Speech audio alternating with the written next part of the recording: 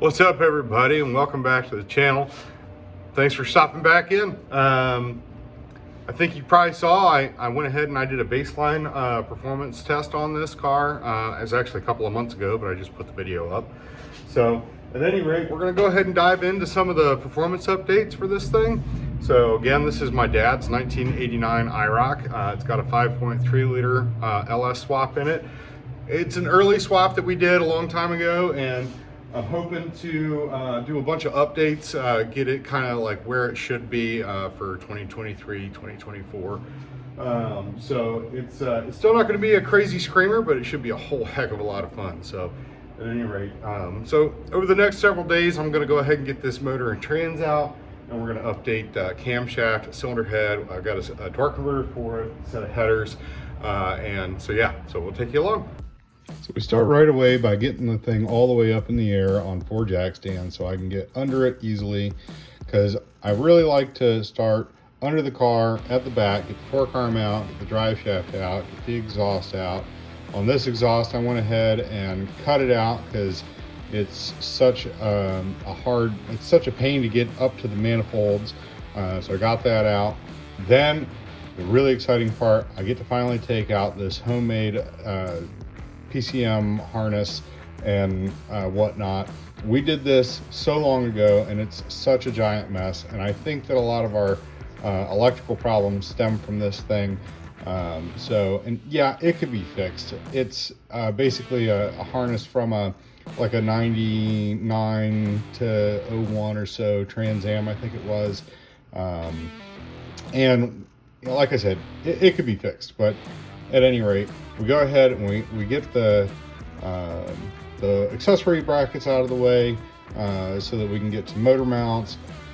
I get the intake manifold out so we can get to the harness at the back of the engine, get all those grounds and everything else unhooked, and then just generally trying to get all of the ancillary stuff out of here so that I can get this engine and trans out as a unit.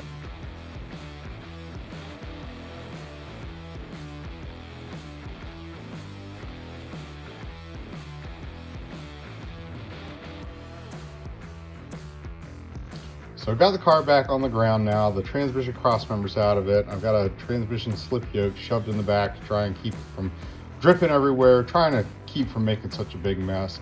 I really wanted to keep the hood on, and try as I might, I just couldn't do it. I had to take the hood off.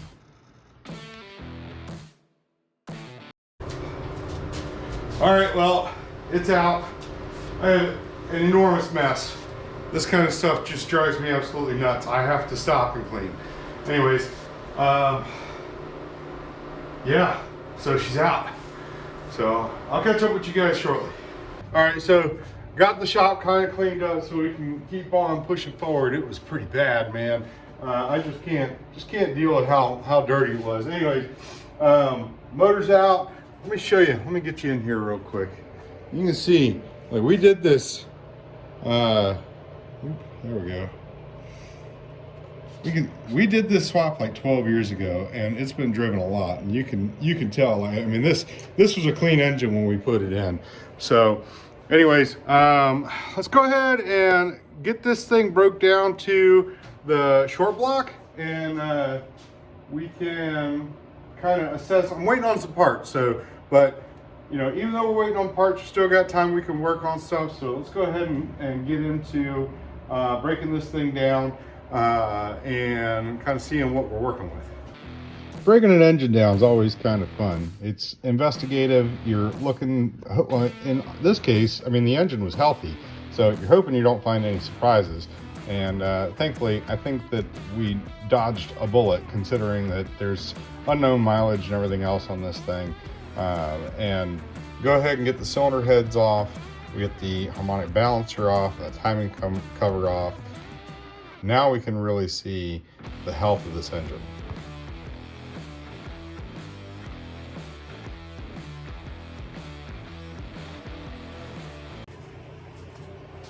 All right, let me get you in here. It really looks pretty healthy. So the cylinders, I mean, it's definitely starting to get some mileage in there, but you can actually still see crosshatch in there. So it's really, really good. I'm doing a fantastic job of making a giant mess. in my shop on this project. So at any rate, yeah, this is going to be great. I'll go ahead and tell you right now, this engine was originally assembled so long ago that we used a crushed graphite head gasket. Like, the MLS gaskets weren't really a thing, or at least not a common knowledge thing. So like, those are one-time use head gaskets. So like on an MLS gasket, we might reuse the head gaskets, but these ones need to be replaced. So timing chain looks, let's see if you can see that. That's really about normal for an LS, but I'm gonna go ahead and change this.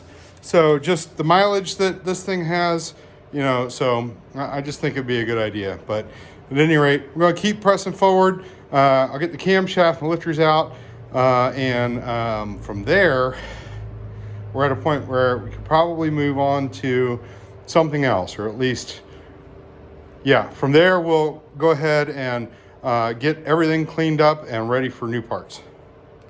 So this next bit, I'm really trying to pay attention to see just what kind of wear we're seeing on the lifters and the camshaft, because this is really going to tell us exactly what's going on with this engine. Of course, I'm still trying not to make a mess, and I'm not succeeding at all because I'm getting oil just about everywhere.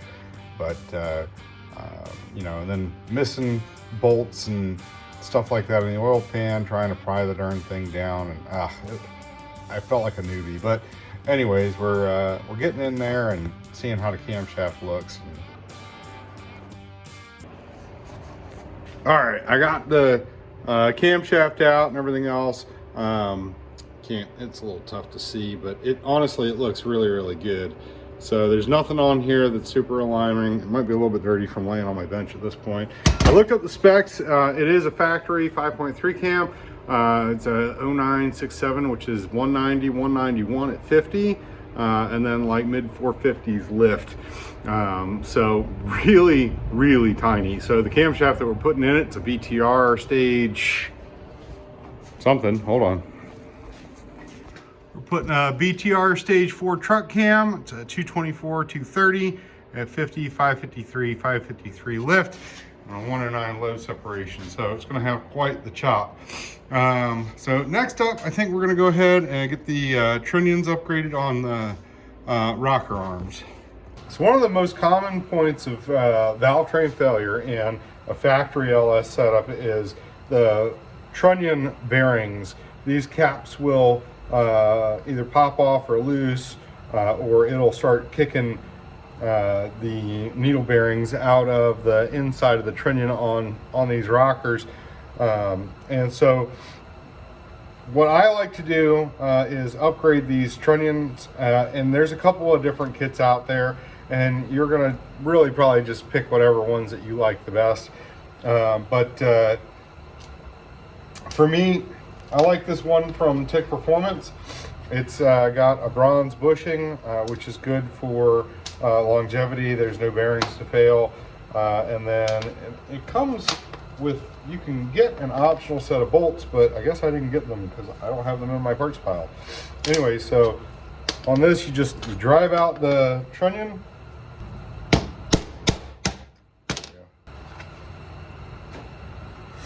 All that stuff is garbage.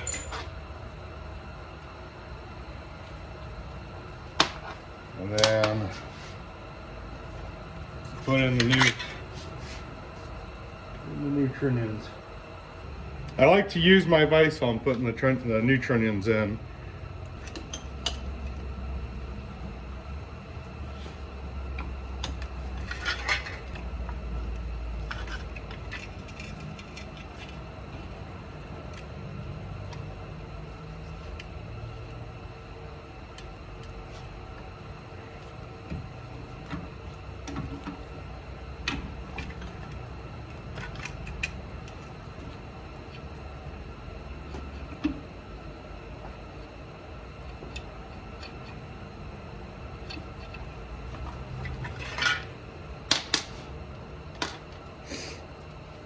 And throw your snap ring on.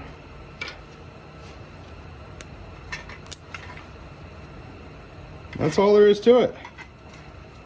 So you have the trunnion is upgraded and nice and reliable. So because there's no bearings or anything to fall out. So there you go. All right, well, we got the trunnion upgrade done. We got a lot more parts, so I actually think I have enough to button this thing back up. So we're gonna go ahead and get into the next part, which be camshaft, timing set, lifters, cylinder heads, the whole gambit. So let's do it. So right away, we go ahead and slam the camshaft in, make sure we have lots and lots of cam lube in there. That red sticky stuff, I put that on the lifters and the rest of the valve train too. For a build like this, I just put the cam timing dot to dot straight up. And then we go ahead and we put the cylinder heads on. I'm using just OE replacement style head bolts. They're an angle torque, so I do that kind of by eyeball and feel, honestly.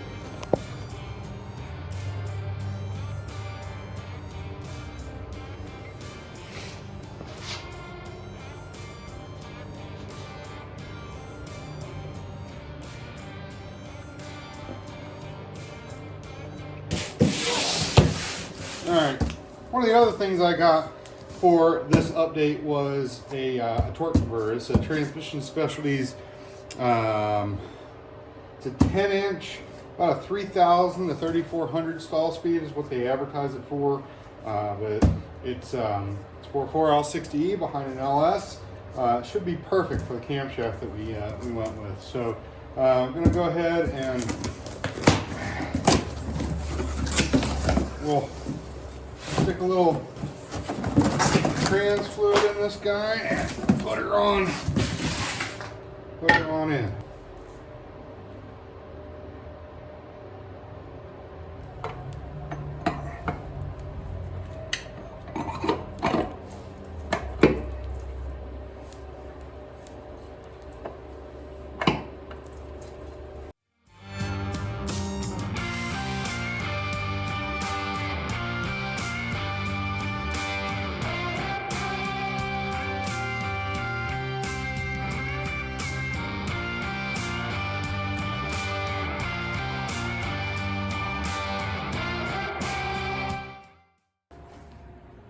All right, so great news. Managed to get this thing back in, and I've got some stuff mocked up. We had kind of a forced update on the intake manifold. I found a crack on one of the runners. So this is it's a TBSS or a NNBS, depending on who you talk to. Basically a Gen 4 truck intake manifold. And there were some horsepower over a LS1 or LS6 or a Gen 3 truck intake. So we went ahead and grabbed one of these. It's going to be a tight fit. I have a feeling I'm going to end up having to do some stuff. This is the map sensor port. And I'm thinking that that's going to end up having to get, the map sensor is going to get relocated. Yeah, going to be tight. So you never get a really good feel on what this actually shows because the hood is like arced or whatever. But anyways, lots of good progress. So I'm waiting on some parts right now, and I've got a bunch of mundane little projects to do with this. So I'm gonna go ahead and I'll button it up while you guys are gone. And then when you come back, we're gonna get into building a custom exhaust, a Y pipe for these.